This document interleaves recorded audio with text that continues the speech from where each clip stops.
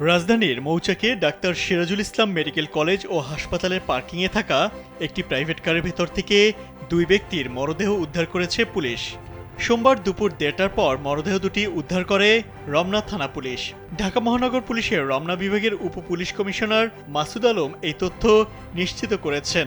তবে প্রাথমিকভাবে নিহতদের নাম পরিচয় জানাতে পারেননি তিনি। নাম প্রকাশে অনিচ্ছুক হাসপাতালের এক কর্মকর্তা জানান, শনিবার ভোর ৫:৩০টার দিকে প্রাইভেট কারটি হাসপাতালের পার্কিংয়ে প্রবেশ করে। গেটের দায়িত্বে থাকা নিরাপত্তা কর্মীরা গাড়ির গন্তব্য সম্পর্কে জানতে চাইলে চালক জানান গাড়িতে একজন রোগী আছেন।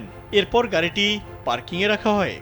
২ দিন পেরিয়ে গেলেও গাড়িটি বের না হয় সোমবার দুপুরে নিরাপত্তা কর্মীরা গাড়ির কাছে যান। স্যান্ডেলিনা সো, রূপচর্চায় আভিজাত্য।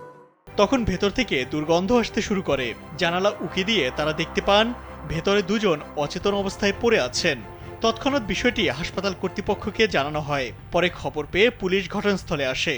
পুলিশের এক কর্মকর্তা জানান, গাড়ির দরজা খুলে ভেতর থেকে দুই ব্যক্তির মরদেহ উদ্ধার করে ময়নাতদন্তের জন্য ঢাকা মেডিকেল কলেজ হাসপাতালের মর্গে পাঠানো হয়েছে। গাড়িটির মালিকানা, নিহতদের পরিচয় ও মৃত্যুর কারণ অনুসন্ধানে তদন্ত শুরু হয়েছে।